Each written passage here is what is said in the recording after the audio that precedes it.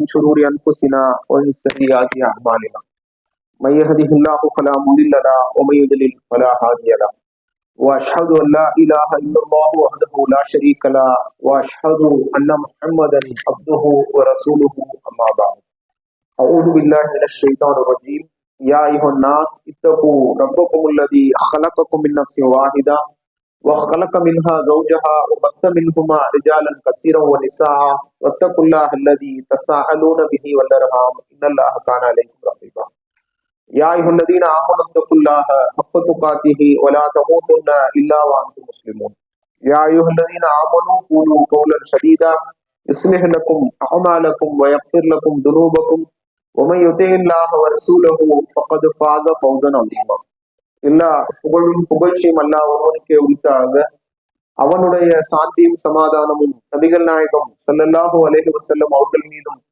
அவர்களை பின்பற்றி நடக்கின்ற அனைவர் மீதும் நிலவந்தமாக என்று பிரார்த்தித்துக் கொண்டவனாக எனது இந்த ஜும்மா உரையை ஆரம்பம் செய்கிறேன். கண்ணியத்திற்குரிய எல்லாம் வல்ல அல்லாஹ்வின் நல்லடியார்களே, இந்த உலகத்தில் இருக்கக்கூடிய எல்லா படைப்பினங்களை விடவும் மனிதன் சிறப்பானவனாக படைக்கப்பட்டிருக்கான். எந்த அளவுக்கு அப்படின்னா, தன்னுடைய அறிவை கொண்டு அவன் என்ன செய்யறான், உலகத்தில் இருக்கக்கூடிய மற்ற எல்லா உயிரினங்களையும் தன்னுடைய கட்டுப்பாட்டுக்கு மனுஷன் கொண்டு வந்தான். தன்னை விட பலம் பொருந்திய வனவிலங்குகளா இருந்தா கூட சரிதான், சிங்கம் புலி எல்லாம் கூட என்ன செய்யறான், தன்னுடைய அறிவால் தன்னுடைய ஆற்றலால் அவை தன்னுக்கு கட்டுப்படுற மாதிரி. சர்க்கஸ்ல எல்லாம் நம்ம பாக்குறோம் தானே, மனிதன் சொல்வதை சிங்கம் கேட்குது, புலி கேட்குது. இப்படி எல்லாம் தன்னை விட பலமான, இது யானையா இருந்தாலும் சரிதான், யானையை வைத்து எத்தனையோ வேலைகளை நாம வாங்கிக்கிறோம். காடுகள்ல மரங்களை தூக்கிட்டு வருவதற்கெல்லாம் யானைகள் தான் பயன்படுத்தப்படுது. இந்த மாதிரி தன்னை விட பலமான விலங்குகளை கூட தன்னுடைய அறிவை வைத்து மனிதன் என்ன செய்யறான், தன்னுடைய கட்டுப்பாட்டுல கொண்டு வந்தான்.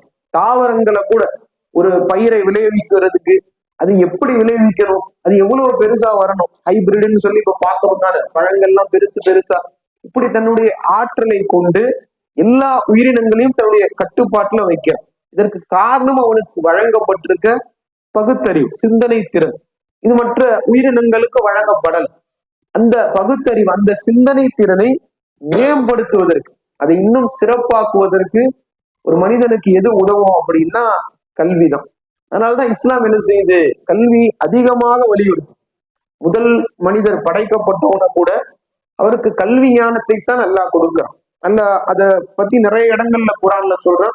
சூரத்துல் பக்ராவுடைய 30வது வசனத்துல கூட அல்லாஹ் சொல்லி காட்டுறான். அல்லம ஆதம அஸ்மாக்குள்ள ஆது நபிக்கு அல்லாஹ் அனைத்தின் பெயர்களையும் கற்றுக் கொடுத்தான். அதற்கு முன்னாடி அல்லாஹ் என்ன செய்யறான் அப்படின்னா, நான் ஒரு படைப்பை படைக்க போகிறேன், பூமியில் பல்கி பெருகக்கூடிய சந்ததிகளை உருவாக்கக்கூடிய ஒரு படைப்பை படைக்க போறேன் நல்லா வானவர்கள்ட்ட சொல்றான். வானவர்கள் ஆட்சேபிக்கிறாங்க, பூமியில் ரத்தம் சிந்தக்கூடிய குழப்பம் விளைவிக்கக்கூடிய படைப்பைத்தான் நீ படைக்க போறியா அப்படின்னு கேட்கிறாங்க. அப்புறம் தான் அல்லாஹ் ஆதம் நபியை படைச்சு அவர்களுக்கு கல்வி ஞானத்தை கொடுத்து அவருக்கு எல்லாவற்றையும் கற்றுக் கொடுத்து அதன் பெயர்களை மலக்குமார்கள்ட்ட அல்லாஹ் கேட்கிறான். இப்போ மலக்குமார்கள் சொல்லிடுறாங்க, காலு சுபஹானக்க, யா அல்லாஹ் நீ தூய்மையானவன், இல்லாமா அல்லம் தனா, நீ எங்களுக்கு எதை சொல்லி தந்தியோ அதை தவிர வேற எதுவும் எங்களுக்கு தெரியாது அப்படின்னு வானவர்கள் சொல்லிடுறாங்க. அதுக்கப்புறம் வானவர்கள் முன்னிலையில் அல்லாஹ் என்ன செய்யறான், ஆதம் நபிக்கு கட்டளை ஏறான், அதன் பெயர்களை எல்லாம் நீங்க சொல்லுங்க. அதன் என்ன செய்யறாங்க, அதன் பெயர்களை எல்லாம் சொல்றான். மலக்குமார்களை விட அறிவு மனிதருக்கு அதிகமா கொடுக்கப்பட்டது, கல்வி அறிவைத்தான் அல்லாஹ் என்ன செய்யறான், மனித இனம் படைக்கப்படும் போது அல்லாஹ் கொடுக்க. நபி ஸல்லல்லாஹு அலைஹி வஸல்லம் கூட முதல் கட்டளை படிங்க அப்படின்னு தான் வந்திருக்கு. எத்தனையோ பிரச்சனைகள் அந்த சமுதாயத்தில் இருந்துச்சு, அறியாமை கால மக்களா இருந்தாங்க, அனாச்சாரங்கள் பல்கி பெருகி இருந்தது.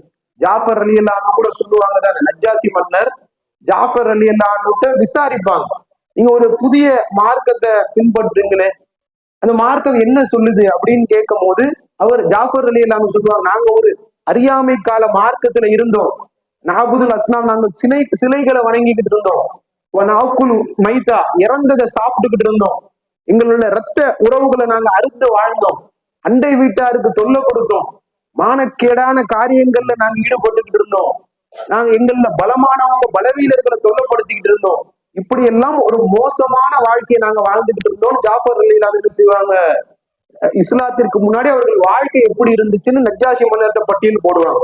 அப்ப இவ்வளவு பிரச்சனைகள் இருந்திருக்கு தானே. அப்ப அல்லாஹ் முதல் வசனமா முதல் வகையா எதை அறிவிச்சிருக்கலாம்? யா கௌமி அபுதுல்லா, என்னுடைய சந்ததிகளை என்ன அல்லாஹ் வணங்குங்க அப்படி அல்லாஹ் சொல்லி இருக்கலாம். லா துஷ்ரிக்கு பில்லா, நீங்கள் அல்லாஹ்வுக்கு இணை வைக்காதீங்கன்னு சொல்லி இருக்கலாம். இல்ல இந்த அனாச்சாரங்களில் எதையும் செய்யாதீங்க, மானக்கேடான விஷயங்கள்ல ஈடுபடாதீங்க, ரத்த உறவுகளை துண்டித்து வாழாதீங்கன்னு அவர்கள் சொன்ன எத்தனையோ தப்புக்களை அல்லாஹ் சுட்டி காட்டி இருக்கலாம். ஆனா இவ்வளவு பிரச்சனைகள் சமூகத்துல இருக்கும் போதும் அல்லாஹ் முதல் வசனமா எதை இறக்குறான் அப்படின்னா, இக்ரா, நீங்க படிங்க. ஏன்னா படிப்பு என்ன செய்யும்? ஒரு மனிதனை அது மேம்படுத்தும், அவனுடைய சிந்தனை திறனை அதிகப்படுத்தி அவனை ஒழுக்கம் உள்ளவனா ஆக்கிடும். அதே மாதிரிதான் அல்லாஹ் குர்ஆன்ல இந்த கல்வியை குறித்து பல சிறப்புகளை அல்லாஹ்வும் சொல்லியிருக்கான், நபி ஸல்லல்லாஹு அலைஹி வஸல்லம் சொல்லியிருக்காங்க. எந்த அளவுக்கு அப்படின்னா 39வது அத்தியாயத்துடைய 9வது வசனத்துல அல்லாஹ் சொல்றான், அல் யஸ்தவில்லதீன யஅலமூன வல்லதீன லா யஅலமூன், படித்தவர்களும் படிக்காதவர்களும் சமமான மாட்டாங்க அப்படின்னு அல்லாஹ் சொல்றான். மனிதர்களுக்கு மத்தியில உயர்வு தாழ்வு இல்லைன்னு மார்க்கம் சொல்லுது. இன்ன அக்ரமுக்கும் இந்தல்லாஹி அத்காக்கும், உங்கள சிறப்பு எது உயர்வு எது அப்படின்னா இரையச்சத்தை கொண்டுதான். உங்கள யார் இரையச்சமோட இருக்கிறாரோ அவர் சிறந்தவர், இரையச்சம் இல்லாதவரை விட. இப்படித்தான் உயர்வு தாழ்வு மார்க்கம் கற்பிக்குது. ஆனா ஒரே ஒரு இடத்துல மட்டும் மார்க்கம் சொல்லுது, படித்திருந்தா அவர் சிறந்தவர், படிக்காதவரை விட. இப்ப படித்தவருக்கும் படிக்காதவருக்கும் மார்க்கம் என்ன செய்யுது? உயர்வு தாழ்வு கற்பிக்கிறத பாக்குறோம்.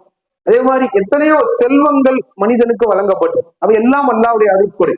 பொருளாதாரம் அல்லாஹ்வுடைய அருட்கொடை தான். அதே மாதிரி பதவி, ஆட்சி, அதிகாரம் எல்லாம் அல்லாஹ்வுடைய அருட்கொடையா இருந்தாலும் இவற்றையெல்லாம் கேட்கும்படி அல்லாஹ் நமக்கு கட்டளையிட. ஆனா இந்த கல்வி அறிவியை மட்டும் அல்லாஹ் என்ன செய்யறான்? நீ கேளுங்கன்னு அப்படி அல்லாஹ் சொல்றான். ரப்பி ஜித்னி இல்மா, அல்லாஹ் துவாவை நமக்கு கற்றுத்தரான். யா அல்லாஹ் என்னுடைய கல்வி ஞானத்தை அதிகப்படுத்துன்னு சொல்லி நீங்க என்ன செய்யுங்க? அல்லாஹ்விடம் துவா கேளுங்கன்னு அல்லாஹ் கல்வி ஞானத்தை கேட்க சொல்றோம்.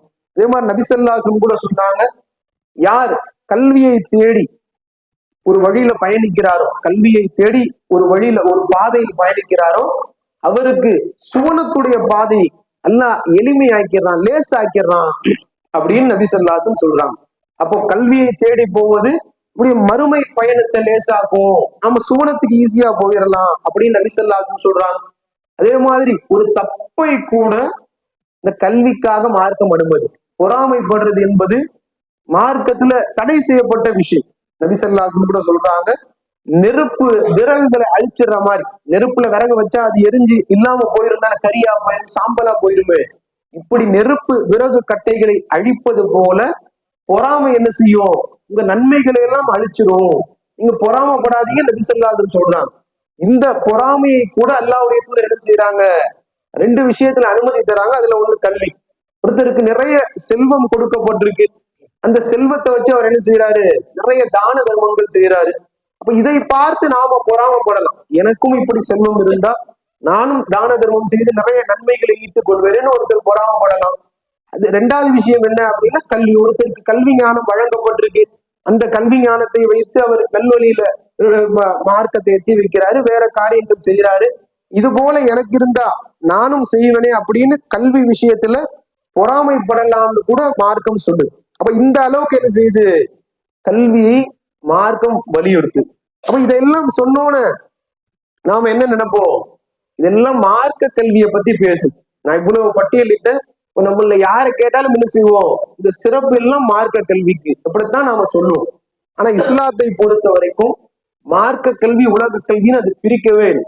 எதெல்லாம் பயன் தருமோ அதெல்லாம் மார்க்க கல்வி தான். எதெல்லாம் நமக்கும் நம்முடைய சமுதாயத்துக்கும் இம்மையிலும் மறுமையிலும் பயன் தரும், அது எல்லாம் மார்க்க கல்விதான். மார்க்க கல்வியை தனியா உலக கல்வியை தனியான்னு நபி ஸல்லல்லாஹு அலைஹி வஸல்லம் எந்த இடத்துலயும் பிரிக்கல. மாறாக உலக கல்வியை படிக்க சொல்லி கூட அல்லாஹ் சொல்றோம். அல்லாஹ் எத்தனையோ விஷயங்களை குர்ஆன்ல சிந்திக்க சொல்றோம். நமக்கு நன்கு பரிச்சயமான சூரா ஹல் அத்தாக்க ஹதீஸுல் காஷியான்னு சொல்லி நம்ம ஜும்மால கூட ஓதத்தானே செய்வோம். அதுல அல்லாஹ் ஒரு 4 விஷயங்களை நம்மளை சிந்திச்சு பார்க்க சொல்றோம். அதனுடைய 17வது 18வது வசனங்களை படிச்சு பார்த்தீங்கன்னு சொன்னா, அஃபலா யன்துரூன இலல் இப்லி கைஃப குலிகத், அந்த ஒட்டகம் எப்படி படைக்கப்பட்டிருக்குன்னு நீங்க சிந்திச்சு பாருங்க. வ இலல் அர்தி கைஃப சுத்தியத், வ இலல் ஜிபாலி கைஃப சுத்தியத், வ இலல் அர்தி கைஃப, இப்படி எல்லாம் அல்லாஹ் சொல்லி காட்டுறாங்க. மலைகள் எப்படி படைக்கப்பட்டிருக்கு, அத நீங்க சிந்திச்சு பாருங்க. அவை எப்படி பூமியில் ஊன்றப்பட்டிருக்கு, அந்த மாதிரி பூமி எப்படி விரிக்கப்பட்டிருக்கு, வானம் எப்படி உயர்த்தப்பட்டிருக்கு, இப்படி எல்லாம் இதையெல்லாம் நீங்க சிந்திச்சு பாருங்க அப்படின்னு அல்லாஹ் சொல்லி காட்டுறானே. இதை சாமானிய மக்களாக இருக்கிற நாம சிந்திப்பதை விட இந்த துறையில் இருக்கக்கூடியவர், ஒரு ஒட்டகத்தை பத்தி சிந்திக்கிறதுக்கு ஒரு ஜுவாலஜி படிச்சவர், அந்த உயிரியல் படித்தவர் சிந்திக்கிற மாதிரி நம்ம அதனுடைய ஆற்றல் எல்லாம் அவர்கள் தானே சொல்றாங்க. ஒட்டகம் இத்தனை நாளைக்கு தண்ணீர் குடிக்காம வாழும், தண்ணீரை தன்னுடைய உடல்ல இப்படி சேர்த்து வச்சுக்கும். இதையெல்லாம் இன்றைக்கு உலகத்துல சொல்றது யாருன்னா சாமானிய மக்கள் இல்ல, அது குறித்து படிச்சவர். அப்போ பூமி உருண்டையா இருக்கு, அவை நீந்திக்கிட்டு இருக்கு, அது ஒரு இடத்துல நிக்கல, பூமி தட்டே கிடையாது, இதையெல்லாம் சொல்வது யாருன்னா புவியியல் படிச்சவங்க. அப்போ நாம சாமானிய மக்கள் சிந்திப்பதை விட கல்வி இதை படிச்சவங்க என்ன செய்யறாங்க, அதிகமா அதை சிந்திக்க முடியும். அப்போ படிக்க சொல்லி, உலக கல்வியை படிக்க சொல்லி மார்க்கமே வலியுறுத்தும். ஏன்னா அது நிறைய நன்மைகளை நம்மால ஈட்ட முடியும். மார்க்கம்னா என்ன அப்படின்னு இலக்கணம் சொல்லும் போது, இஸ்லாத்துக்கு இலக்கணம் சொல்லும் போது நபி ஸல்லல்லாஹு அலைஹி சொன்னாங்க, அத்தீனு அந்நஸீஹா, மார்க்கம் என்பது நலம் நாடுவதுதான். அப்ப இந்த நலம் நாடுற விஷயம் இருக்கு, இந்த உலகத்துல நலம் நாடுற விஷயம், இது கல்வியை கொண்டு நாம் நிறைய நாட முடியும். ஈமான கொண்டு கூட நபி ஸல்லல்லாஹு அலைஹி சேர்க்கிறாங்க தானே. அல்லாஹ்வுடைய தூதர் சொல்றாங்க, ஈமான் என்பது 70க்கும் மேற்பட்ட கிளைகளை உடைய, ஈமானுக்கு 70க்கும் மேற்பட்ட கிளைகள் இருக்கு. அதுல முதல் விஷயம் என்ன அப்படின்னா லா இலாஹ இல்லல்லாஹ், வணக்கத்திற்குரியவன் யாரும் இல்லை நம்புறது. கடைசி கிளை என்ன அப்படின்னா பாதையில் தரக்கூடிய தொல்லை தரக்கூடிய பொருட்களை அகற்றுவது. பாதையில ஒரு பொருள் இருக்கு, அது நமக்கு எந்த தொல்லையும் தரலன்னா கூட வேறு மனிதர்களுக்கு அந்த பக்கம் போடக்கூடிய மனிதர்களுக்கு வாகனத்துக்கு ஏதோ ஒரு தொல்லை விளைவிக்கும் அப்படின்னா அதை அகற்றுவதற்கு அது ஈமான்ல ஒரு அங்கம் அப்படின்னு நபி ஸல்லல்லாஹு அலைஹி சொல்லி தராங்க. அப்ப இது போன்ற ஈமான்ல ஒரு அங்கமா என்ன செய்யுது, பிறருக்கு நலம் செய்வது, பிறருக்கு உதவுவதை மார்க்கம் வலியுறுத்தும். இது எப்போ சிறப்பா செய்ய முடியும் அப்படின்னா, நாம உலக கல்வின்னு சொல்றோமே, அதுல நாம வல்லுநர்களா இருந்தா நாம் பிறருக்கு உதவியை நல்லா செய்ய முடியும். ஒரு மருத்துவராக நம்ம எத்தனையோ உயிர்களை காப்பாத்துறாங்க தானே. ஒரு மருத்துவர் ஒரு நோயாளியை குணப்படுத்துறாரு, இதை விட பிறர் நலம் நாட முடியுமா? ஒரு மருத்துவர் ஒருத்தர் நலம் நாடுறதை விட சாமானிய மனிதரால் செய்ய முடியாது தானே. நாம என்ன செய்வோம், ஒரு மனிதரை வாழ வைத்தவர் ஒட்டுமொத்த மனித சமுதாயத்தையும் வாழ வைத்தவர் ஆவார். இல்ல குரான்ல சொல்றோம். எப்போ நாம பெரும்பாலும் பயன்படுத்துறோம், ரத்தம் கொடுக்கும் போது மட்டும்தான். ரத்த தானம் செய்யும் போது என்ன செய்வோம், அந்த நோட்டீஸ்கள்ல இந்த வசனம் போடப்பட்டிருக்கும், அப்போ அதை வச்சு நாம பிரச்சாரம் பண்ணுவோம். ஆனா மற்ற நேரங்கள் அதில் நம்மளால செய்ய முடியாது. ஆனா ஒரு மருத்துவர் என்ன செய்வாரு, ஒரு உயிரை பல நேரங்கள்ல அவர் காப்பாற்றுவார். அவருக்கு தொழிலே அதுதானே. ஒரு மருத்துவர் படிச்சவர் பிறர் நலம் நாடுற மாதிரி நாம நாட முடியாது. ஒரு ஆசிரியர் ஒரு கல்வியை மக்களுக்கு போதிக்கிறவர், அவர் செய்யற மாதிரி நன்மையை நாம செய்ய முடியுமா? கல்வியை தேடி பயணிப்பவரே சூனத்துடைய பாதையை அல்லாஹ் லேசாக்குறான்னா, அந்த கல்வியை போதிக்கிறவருக்கு அல்லாஹ் எவ்வளவு நன்மைகளை கொடுப்போம். மக்களுக்கு கல்வியை போதித்து அறிவை பெருக்க உதவி செய்யறாரு. ஒரு வழக்குரைஞர் ஒரு பிரச்சனை அப்படின்னு நாம என்ன செய்வோம், ஆறுதல் சொல்ல முடியும், நம்மளால முடிஞ்சா தீர்க்க முடியும். ஒரு நீதிமன்றத்துக்கு போயிருச்சு பெரிய பிரச்சனை, அப்ப அதை தீர்ப்பதற்கு வழக்கறிஞர் வேணும் தானே. அப்ப அவர் நலன் நாடுற மாதிரி நாம நாட முடியாது. இப்படி நிறைய விஷயங்களை பட்டியல் போட்டுக்கொண்டே போக முடியும். இதெல்லாம் எதை காட்டுது அப்படின்னா, உலக கல்வியின் மார்க்கம் எதையும் பிரிக்கல். உலக கல்வி மார்க்க கல்வி ரெண்டும் ஒண்ணுதான். இதெல்லாம் நமக்கு பயன் தருதோ, இதெல்லாம் சமுதாயத்துக்கு பயன் தருதோ, அவை எல்லாம் மார்க்க கல்வி அப்படின்னு தான் இஸ்லாம் சொல்லி காட்டு. அது மட்டும் இல்லாம இன்றைக்கு எத்தனையோ அமல்கள் செய்வதற்கு, நம்முடைய கடமையான அமல்களை செய்வதற்கு கூட நமக்கு பொருளாதாரம் அவசியம். இப்ப ஹஜ்ஜு செய்யணும் அப்படின்னா அதற்கு கிட்ட லட்சக்கணக்கான ரூபாய்கள் இன்னைக்கு தேவை. அந்த லட்சக்கணக்கான ரூபாய்களை ஈட்டுவதற்கு ஒருத்தருக்கு பொருளாதாரம் தேவை. அப்ப இன்றைய கால சூழல்ல அதிகமான பொருளாதாரத்தை ஈட்டுவதற்கு கல்வி அவசியமா இருக்கு. படிக்காதவர்கள் எதோ வியாபாரம் செய்து சம்பாதிக்கலாம். ஆனா பெரும்பான்மையான மக்கள், அதிகமான மக்கள் சம்பாதிப்பவர்கள் யாரா இருப்பாங்க அப்படின்னா படித்தவர்களாகத்தான் இருப்பாங்க. இப்போ ஒரு அமலை செய்யணும், ஒரு தர்மம் செய்யணும்னா கூட பொருளாதாரம் தேவைதானே. நபி ஸல்லல்லாஹு அலைஹி வஸல்லம் அப்படித்தான் சொன்னாங்க. நபி ஸல்லல்லாஹு அலைஹி வஸல்லம் சொல்றாங்க, அலா குல்லி முஸ்லிமின் சதக்கா, ஒவ்வொரு முஸ்லிம் மீதும் சதக்கா தர்மம் செய்யறது கடமை அப்படின்னு நபி ஸல்லல்லாஹு அலைஹி வஸல்லம் சொல்றாங்க. சஹாபாக்கள் கேட்கிறாங்க, அல்லாஹ்வுடைய தூதரே, எங்கள்கிட்ட பணம் இல்லையே, தர்மம் செய்வதற்கான பொருளாதாரம் எங்க கிட்ட இல்லையே, நாங்க எப்படி தர்மம் செய்யறது அப்படின்னு கேட்கிறாங்க. அப்ப நபி ஸல்லல்லாஹு அலைஹி வஸல்லம் பணம் இல்லைன்னா தர்மம் செய்யாத விட்டு அப்படி சொல்லல. நபி ஸல்லல்லாஹு அலைஹி வஸல்லம் சொல்றாங்க, நீங்க போய் உழைங்க, உழைச்சு சம்பாதிங்க, சம்பாதித்து அந்த பொருளாதாரத்துல நீங்களும் சாப்பிடுங்க, இல்லாத ஏழைகளுக்கும் தர்மம் செய்யுங்க அப்படின்னு நபி ஸல்லல்லாஹு அலைஹி வஸல்லம் சொல்றாங்க. அப்ப அதற்கும் எங்களுக்கு சக்தி இல்லைன்னா நாங்க என்ன பண்றது அப்படின்னு கேட்கும் போது, அதற்கும் சக்தி இல்லைன்னா நீங்க மக்களுக்கு இயன்ற உதவி, தர்மம் என்பது பொருளாதாரத்தை மட்டும் குறிக்காது, வாகனத்தில் ஏற முடியாம சிரமப்படுபவர்களை வாகனத்தில் ஏற்றி விடுவது, வாகனத்திலிருந்து ஏதாவது பொருளை யாராவது கீழே போட்டாங்கன்னா இதை எடுத்து கொடுப்பது, இதெல்லாம் தர்மத்தில் தான் அடங்கும் நபி ஸல்லல்லாஹு அலைஹி அப்புறம் சொல்றாங்க. அப்போ ஒரு தர்மம் செய்யணும்னா கூட நமக்கு பொருளாதாரம் தேவைப்படும். அப்ப இந்த பொருளாதாரத்தை ஈட்டுவதற்கு இன்றைக்கு கல்வி அவசியமா இருக்கு. அதை விட முக்கியமான விஷயம் என்ன அப்படின்னா, உடைய சமுதாயத்தை மேம்படுத்துவதற்கு கல்வி இன்னைக்கு ரொம்ப அத்தியாவசியமா இருக்கு. இன்றைக்கு இஸ்லாமிய சமுதாயம் கல்வி குறித்து அவர்களுக்கு விழிப்புணர்வு வந்துருச்சுதான். முதல்ல இருந்த மாதிரி நாம் கல்வியில் பின்தங்கி தான் இருக்கோம். ஆனால் இன்றைக்கு எல்லோரும் என்ன செய்யறாங்க, உங்கள் பிள்ளைகளை படிக்க வைக்கணும், அவர்களை நல்ல கல்விக்கு படிக்க வைக்கணும்ன்ற அந்த சிந்தனை எல்லாரிடத்திலும் வந்துருச்சு. அதுல மாற்று கருத்துலாம் இல்லை. ஆனாலும் என்ன அப்படின்னா, அந்த கல்வி எது? ஏன்னா கல்வி பெரும்பாலும் சமுதாயத்துக்கு பயன் தரணும், அறிவு, இந்த நோக்கத்தில் இல்ல. நிறைய சம்பாதிக்கும் பொருளாதாரத்தை மையமாக கொண்டு தான் இன்றைக்கு. அப்போ அதற்கு என்ன துறை, காசு சம்பாதிக்கிறதுக்கு எது சரியா இருக்கும், அப்படித்தான் நம்ம பார்த்து படிக்க வைக்கும். அப்ப எந்த கல்லூரியில படிச்சா கேம்பஸ்ல வேலை கிடைச்சிடும், எந்த கல்லூரியில படிச்சா நிறைய சம்பாதிக்கலாம், இப்படி பொருளாதார மணி மைண்டடா தான் என்ன செய்யறாங்க இஸ்லாமிய சமுதாயம் இருக்கிறத பார்க்கும். ஆனா இன்றைக்கு நம்முடைய சமுதாயம் நிறைய பின்தங்கி இருக்கிறத பார்க்கும். நிறைய விஷயங்கள் பட்டியல் போடலாம் தானே.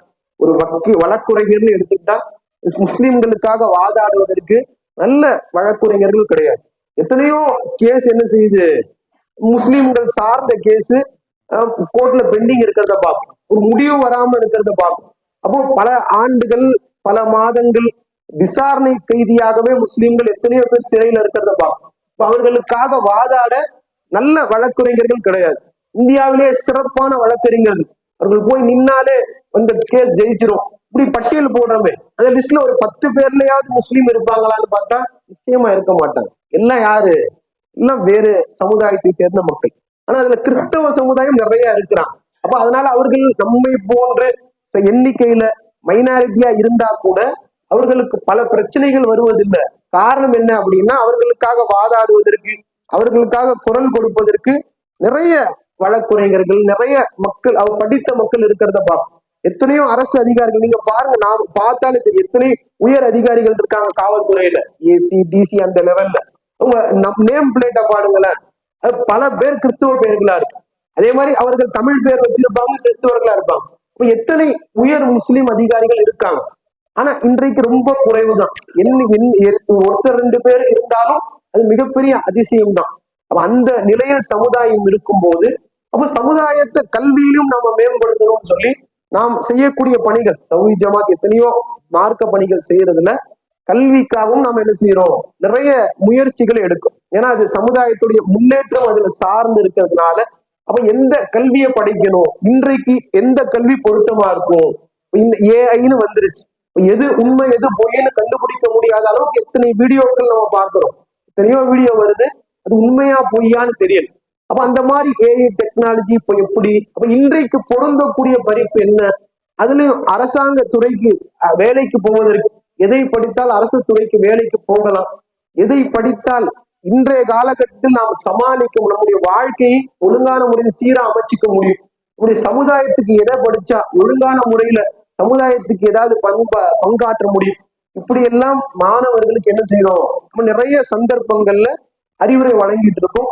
அதன் தொடர்ச்சியாக வருகின்ற பிப்ரவரி 1ஆம் தேதி வர ஞாயிற்றுக்கிழமைக்கு அடுத்த ஞாயிற்றுக்கிழமை நாம என்ன செய்யறோம், டி நகர்ல டி தியாகராயா கலையரங்கத்துல ஒரு கல்வி கருத்தரங்கம் ஏற்பாடு செய்யப்பட்டு, அங்க சிறந்த கல்வியாளர்கள் அங்க பேசவிருக்கிறாங்க. அப்ப எந்த துறையை நீங்க தேர்ந்தெடுத்தா உங்க வாழ்க்கையில நீங்க ஈஸியா ஜெயிக்க முடியும், எந்த துறையை தேர்ந்தெடுத்தா நீங்க அரசு துறைக்கு போக முடியும், அந்த மாதிரி ஏஐ டெக்னாலஜி எப்படி, இதையெல்லாம் பற்றி துறை சார்ந்த வல்லுநர்கள் அவர்கள் என்ன செய்யறாங்க, நமக்கு மாணவர்களுக்கு பாடம் நடத்தவிருக்கிறாங்க. அந்த நிகழ்ச்சி 8ஆம் வகுப்புல இருந்து 12ஆம் வகுப்பு, அது மேல அவர்கள் உயர்கல்வியை தேர்ந்தெடுக்கிற அந்த பருவத்திலிருந்து 8ஆம் வகுப்புல இருந்து அதற்கு மேல இருக்க மாணவர்களுக்காக அது ஏற்பாடு செய்யப்பட்டிருக்கு. அதுல கலந்துக்கணும். உங்களுக்கு தெரிந்த உங்க வீட்டுல 8ஆம் வகுப்புக்கு மேல படிக்கிற மாணவர்கள் இருக்கலாம். அது ஆண் மாணவர்களுக்கு மட்டும்தான் இப்போதைக்கு சொல்லியிருக்காங்க, இடப்பற்றாக்குறை காரணமா. அப்படி இல்லை, உங்களுக்கு தெரிந்த உறவினர்கள், உங்களுக்கு தெரிந்த முஸ்லிம் மாணவர்கள் இருப்பாங்க, அவர்களுக்கும் என்ன செய்யுங்க, இந்த தகவலை கொண்டு போய் இது ஒரு பயனுள்ள நிகழ்ச்சியா இருக்கும். அவர்களுக்கு எதிர்காலத்தை தேர்ந்தெடுப்பதற்கு ஒரு பயனுள்ள நிகழ்ச்சியாக இது இருக்கும். அதனால இந்த தகவலை எல்லாத்துக்கும் கொண்டு போங்க. இதுக்கு ரெஜிஸ்ட்ரேஷன் கம்பல்சரின்னு சொல்லியிருக்காங்க. அதனால அந்த மாதிரி உங்க வீட்டுல மாணவர்கள் இருந்தா, இல்ல உங்களுக்கு தெரிந்தவங்க இருந்தாங்கன்னு சொன்னா நீங்க கிளை நிர்வாகிகளை அணுகுனீங்கன்னா அவங்க அந்த ரெஜிஸ்ட்ரேஷன் ப்ராசஸ் செய்து கொடுக்க உங்களுக்கு உதவுவாங்க. அதை பயன்படுத்தி கொள்ளுங்கன்னு கேட்டுக்கொண்டு எனது முதல் உரையை நிறைவு செய்கிறேன்.